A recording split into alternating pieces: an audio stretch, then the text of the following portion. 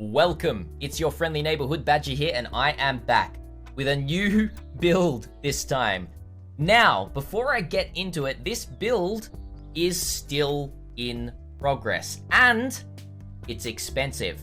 So before any of you go, oh wow, Badger's doing a new build, I'm gonna try and copy it, or, you know, oh, is this budget friendly? No, it's not budget friendly. It could be done budget friendly, but it is also not new player friendly. If you've never played a Blink Arrow, Mirror Arrow Summoner before, then it's confusing, and I'm still learning a lot. But that is the character that we're playing. We're playing an Ascendant, we're playing Blink Arrow, Mirror Arrow as a Summoner. Now, a lot of people look at Blink Arrow and Mirror Arrow as kind of utility, especially just Blink Arrow, but you can scale them to get a ton of damage, both from your weapon and your quiver, as well as auras. There's lots of different ways of playing it. You can play it as a Poison Occultist, you can play it as an Ascendant, you can aura stack, you can do flat damage on your bow, you can even do a champion version that's a lot tankier, that's potentially viable for hardcore. But this version that we're doing is an Ascendant, and it's kind of a mix between aura stacking and like flat elemental on the bow, and I'm gonna go through everything. Now, bear with me, it's gonna be a bit of a lengthy video as we get through all of this, but right now, I am at level 80, I don't have enough life, I've got 3.6, but I have way too much damage, and we'll run a map in a moment, and I'll talk about all of that. But, as well, a big shout out to a couple of people. PeterCarls, who is a viewer, or yeah, he's basically shown me his version of this. He plays it in SSF pretty much every league, and he's been really helpful with all of that. So PeterCarls, thank you so much for that. And also Previ has a really good video and guide out. At least it was a 3.16, which is still applicable to 3.17 as well, for more of an aura stacker version of this. So it's very much being played. I don't think it's being talked about enough because it's a really cool build, but it is expensive to get going. Let's talk about the mechanics right off the bat. The mechanics of this build are using 2 skills as your damage. It's Blink Arrow in a 6-link and Mirror Arrow in a 6-link, or, you know, 5-link if you don't have the 6-link. Blink Arrow is a skill that lets you blink, and then from where you blinked, you create a clone of yourself that lasts for a certain amount of time, and if there's enemies nearby, that clone will attack. Now, I've got a lot of duration on the tree and everything like that, so these last for almost 8 seconds each. And I am also using Phantasmal quality, which means I store extra charges. We'll talk about the Phantasmal quality in a second.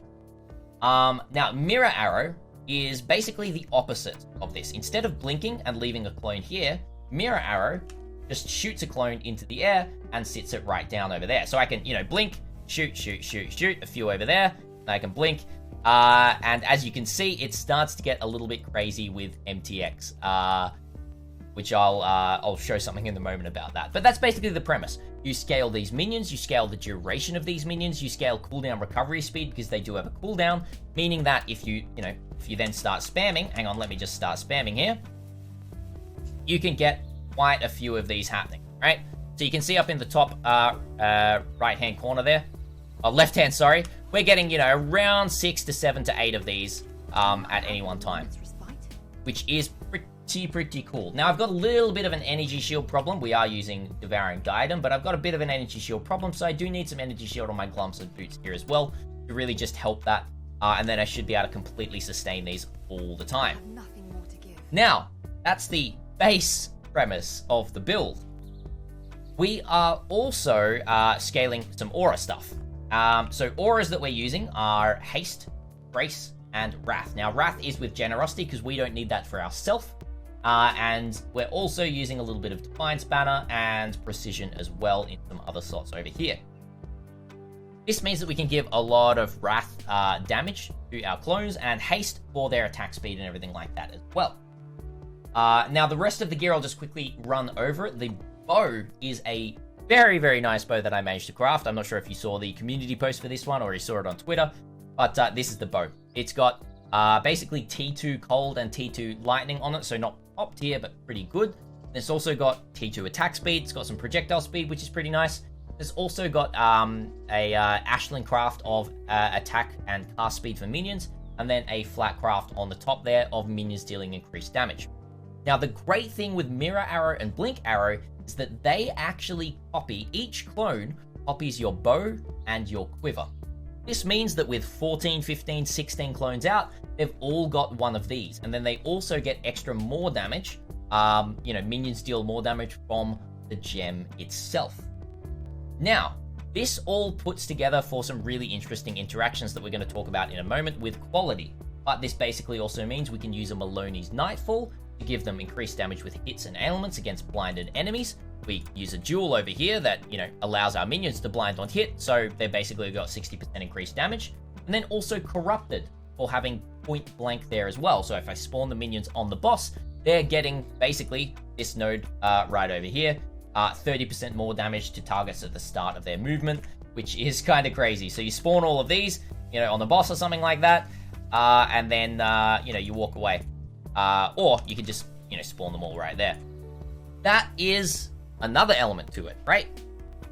We are then, now hear me out, we're scaling quality, right? Now we've talked about this with the Lightning Tendrils character, but quality is pretty cool. As I said, we're using Phantasmal Blink Arrow and Phantasmal Mirror Arrow. The Phantasmal of these give cooldown uses. So on Mirror Arrow, we can get to +4 cooldown uses. If I manage to get a 30% quality to all skill gems, Ashes of the Stars, then this would go to 5 cooldown uses. And Blink Arrow is a little bit less because it is a movement skill. This goes to 2 cooldown uses, right? Now we're also scaling other gems that are going to have some quality effects. Say, for example, Divergent Flesh Offering. Divergent Flesh Offering gives another increased attack speed. Basically gives at 20%, it gives 10% increased attack speed, and at a bunch more quality, it's going to be giving 20% or more. Now, I did notice that this is not even qualitied up properly, so let's just jump over here, show you exactly what that's going to look like. If we quality this all the way up to 20, we can put that in, and it says it gives 23% increased attack speed. So on top of everything, it is 52% increased attack speed to minions, and being the Necromancer from Ascendancy, half of that goes to us, which is kind of important for using Rain of Arrows. Now, our Rain of Arrows is very important. This, first of all, is actually, because we've got a bow that's got cold damage and lightning damage on it, what can we do with that? Well, if us ourselves convert that cold and lightning to fire, it means that we can then use Elemental Equilibrium. So if we use Avatar of Fire, convert all of our damage, which isn't important, our damage to only fire, as you can see here, it is dealing only fire damage. It means that we apply Elemental Equilibrium, giving -25 to resistances, with an extra -20 from the Elementalist, so -45 to resistances, right? For our Mirror Arrow and Blink Arrow, which are dealing only cold and lightning, this means that, they're basically all enemies have -45 to resistances of the damage type that these clones are doing right here. Alright. Now, there's a couple of other things about the build, but that's pretty much it. As I said, we're scaling, increased duration effect.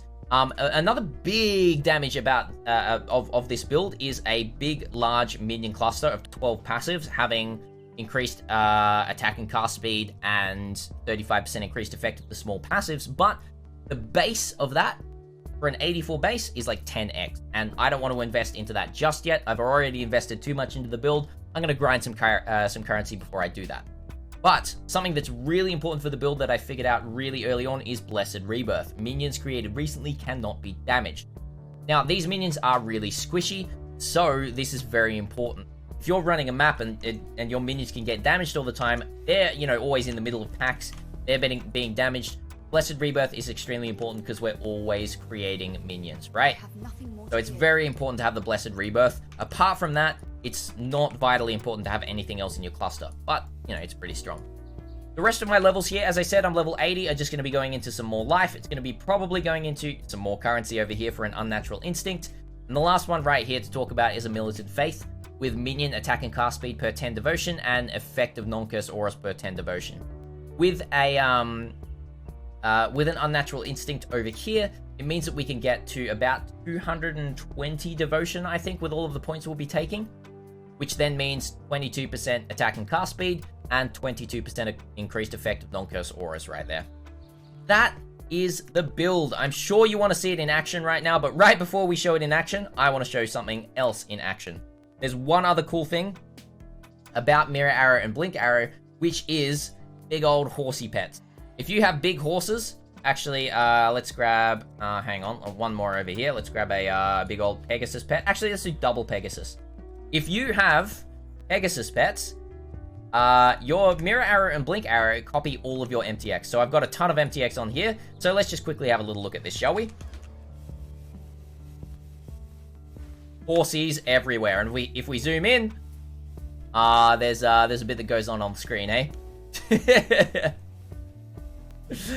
All right, that's something pretty funny to just talk about right there. We've got a horse army, but you know, now that we've got the vitally important thing out of the way, I'm going to take this off while we map clear here.